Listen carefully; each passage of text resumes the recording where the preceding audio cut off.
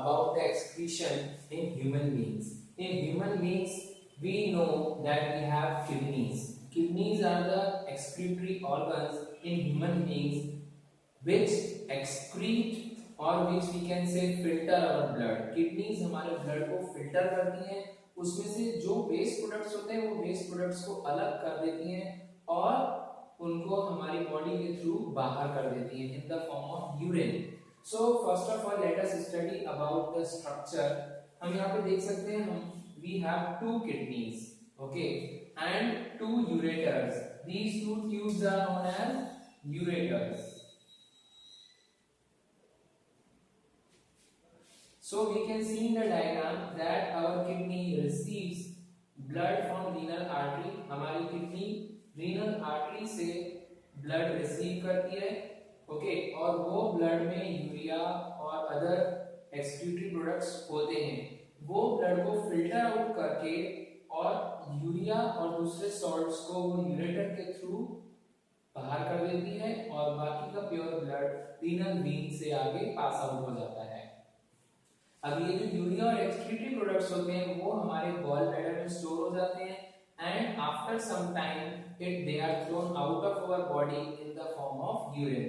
Urine की form में through urethra हमारी बॉडी से यूरिन बाहर हो जाता है. First of all it is stored in urinary bladder and then उसके बाद यूरेथ्रा से यूरिन के फॉर्म में वो यूरिया और सारे other salts they are out of our body. So let us have a reading over here. Human body, the waste products in human body are CO2 and urea. Human body में जो waste products हैं वो कौन से हैं?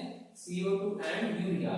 Our lungs excrete CO2. हम जानते हैं respiration करते हैं, so in that our lungs excrete CO2.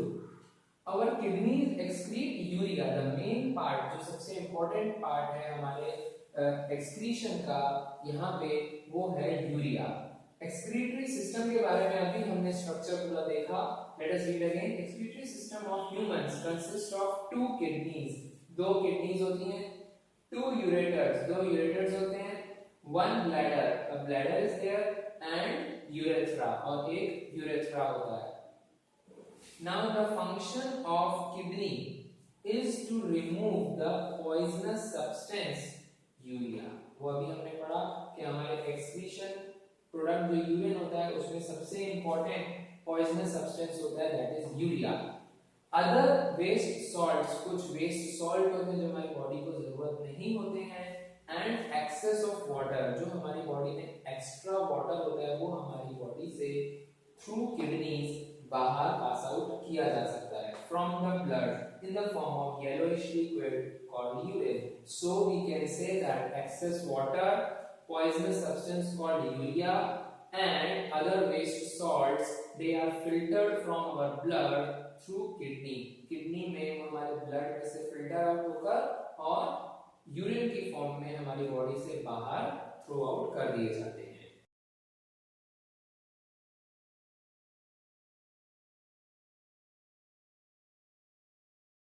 Now we will study about the structure of kidney. Kidney के स्ट्रक्चर के बारे में जानेंगे. सो सबसे पहले हम यहाँ पे देख रहे हैं कि हमारी जो किडनी का स्ट्रक्चर होता है, किडनी में नेफ्रॉन्स जैसी ट्यूब्स होती हैं बहुत पतली पतली and there are around 1 million of nephrons in our kidney and one nephron is known as the excretory unit in our kidney. अब ये जो नेफ्रॉन है ये क्या है? यहाँ पे जो हम देख रहे हैं ये स्ट्रक्चर नेफ्रॉन का स्ट्रक्चर है. इसमें एक कप शेप्ड ट्यूब है जिसको हम कहते हैं बोमन्स कैप्सूल. ओके, इस कप शेप्ड ट्यूब के अंदर कैपिलरीज कलेक्ट हो जाती हैं. कैपिलरीज होती हैं जिसमें इम्प्योर ब्लड आता है और उसके बाद प्योर ब्लड वहां से पास आउट होता है. This capillaries, the bundle of capillaries is known as glomerulus. ये जो बंडल है इसको ग्लोमेरुलस कहते हैं. उसके बाद ये जो वोमेन्स कैप्सूल है उसके आगे हम देख सकते हैं ट्यूब पास ऑन हो रही है जिसको हम कहते हैं ट्यूब्यूल. इस ट्यूब को क्या कहते हैं? ट्यूब्यूल. और वो ट्यूब्यूल एक नेफ्रॉन में से निकल रही है. ऐसी मिलियंस ऑफ नेफ्रॉन्स होती हैं. सो सभी नेफ्रॉन में से जो ट्यूब्यूल में से जो यूरिन पास आउट होता है वो सारा यहाँ पे यूरेटर में से बाहर किडनी के बाहर पहुंच जाता है। अब हम इस के स्ट्रक्चर के बारे में late us have a reading again. Each kidney is made up of a large number of excretory units called nephrons। Her kidney में बहुत सारी ऐसी यूनिट होती है जिसको हम कहते हैं nephron. The nephron has a cup-shaped bag at its upper end and called Bowman's capsule। इस नेफ्रॉन के अपर एंड पे Bowman's capsule होता है and lower end is called as tubule। lower end को हम tubule बोलते हैं। Now we talk about Bowman's capsule के अंदर जो कैपिलरीज हैं। Bowman's capsule contains a bundle of capillaries called glomerulus। Bowman's capsule के अंदर ये कैपिलरीज होती है। इन कैपिलरीज का एक सिरा जो है one end is connected to renal artery which we can say in red colour which brings impure blood. ये रीनल आर्टरी इम्प्योर ब्लड लेकर आ रही है इन ब्लड कैपिलरीज में।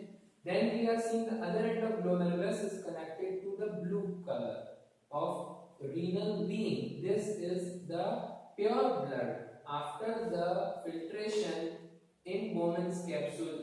Bowman's capsule में filtration हो जाने के बाद जो प्योर ब्लड है वो आगे पास आउट हो जाता है और वो ट्यूब्यूल के सराउंडिंग एक अगेन बंडल बना देता है। जो ट्यूब्यूल है, ट्यूब्यूल के surround the bundle of renal vein is there, then the pure blood, then after the reabsorption pure blood passes on to renal vein। अब इसी प्रोसेस को हम डिटेल में आगे देखेंगे एक बार फिर से। What happens in our nephron? We see here the Bowman's capsule is there। यहाँ पे impure blood आता है। impure blood के आने के बाद यहाँ पे उसका फिल्ट्रेशन होता है। इस फिल्ट्रेशन में salt, urea, water, amino acid ये सब यहाँ पे कलेक्ट हो जाते हैं बोमन्स कैप्सूल में। उसके बाद ये जो प्योर ब्लड है वो आगे पास ऑन होता है और वो हम देख रहे हैं कि वो ट्यूब जो ये बोमन्स कैप्सूल के एंड से आ रही ट्यूब्यूल है उसके चारों तरफ ये ब्लड कैपिलरीज जो है सराउंडिंग कर लेती है। व्हाट हैपेंस हियर, यहाँ इस ट्यूब्यूल में क्या होता है, ये जो ब्लड कैपिलरी इसके आसपास जा रही है यहाँ पे इस ब्लड में इस वेस्ट से जो ये ट्यूब्यूल में वेस्ट जा रहा है उस वेस्ट में से अभी भी कुछ जो यूजफुल चीजें हैं वो वापस ब्लड में एब्जॉर्ब हो जाती हैं। So there are two processes. पहले प्रोसेस में छोटे छोटे मॉलिक्यूल्स सब पास आउट हो जाते हैं, सब फिल्टर हो जाते हैं, एमिनो एसिड के, सॉल्ट के, ग्लूकोज के, वाटर के, पहले वो सब पास आउट हो जाते हैं, ट्यूब्यूल में जाते हैं।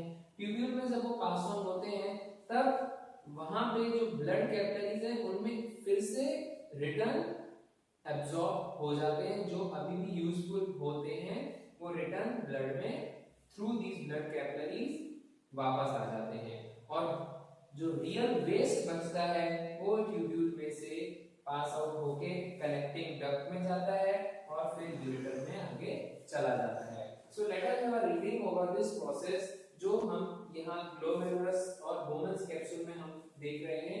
Let us see here the Bowman's capsule contains a bundle of capillaries called glomerulus. One end of glomerulus is attached to the renal artery। One end is attached to renal artery which brings impure blood। The other end is joined to renal vein। Other end is joined to renal vein। The function of glomerulus is to filter blood passing through it। We understand कि glomerulus ये जो bundle of capillaries है इसका काम होता है blood को निचोड़ना, उसको फिल्टर करना, उसमें से जो वेस्ट प्रोडक्ट है उनको यहाँ बोमन्स कैप्सूल में कलेक्ट कर लेना। So small molecules of glucose, amino acids, salt, urea and water pass through glomerulus। ये सारे के सारे glomerulus capillaries में से पास हो जाते हैं। The small molecules, we understand here again, small molecules of glucose, amino acids, salt, urea and water, these all pass through the walls of these capillaries and get collected in the Bowman's capsule। वो यहाँ capillaries में से पास होके Bowman's collect हो जाते हैं and they collect as filtrate, और उसको हम कहते हैं filtrate in Bowman's capsule. The large molecules remain in blood, जो लार्ज मॉलिक्यूल्स होते हैं वो अभी भी ब्लड में ही रहते हैं। अभी हमने जो पढ़ा कि ग्लोमेरुलस में से फिल्ट्रेट होके वुमेन्स कैप्सूल में फिल्ट्रेट जाता है, वो आगे ट्यूब्यूल से पास आउट होता है। उसके बाद जो रीनल रिंग जो ट्यूब्यूल के सराउंडिंग है वहां पे एक प्रोसेस होता है जिसको हम कहते हैं रीअब्जॉर्प्शन। जो यूजफुल सब्सटेंसेस हैं वो वापस से ब्लड में रिटर्न कर दिए जाते हैं। So let us have a reading over it. The function of tubule is to allow selective reabsorption of useful substances like glucose and salts into the blood capillaries। ये ट्यूब्यूल से इन blood capillaries में return जो substances जाते हैं उसको हम कहते हैं selective reabsorption. The waste materials like urea remains in tubule, और जो वेस्ट मटेरियल है वो ट्यूब्यूल के अंदर ही रहता है। This liquid is called urine. ये लिक्विड जो ट्यूब्यूल के अंदर रहता है उसको हम कहते हैं urine. The nephron carries this urine into collecting duct। बाद में ये ट्यूब्यूल क्या करती है, नेफ्रॉन की ट्यूब्यूल उस यूरिन को आगे कलेक्टिंग डक्ट तक लेके जाती है, from where it is carried to ureter। उसके बाद वो यूरेटर में जाता है। From ureter it passes into urinary bladder and ultimately passes out of the body through urethra। Tubule से कलेक्टिंग डक्ट में, कलेक्टिंग डक्ट से यूरेटर में, यूरेटर से यूरिनरी ब्लैडर में, और उसके बाद यूरेथ्रा के थ्रू हमारी बॉडी के बाहर हो जाता है।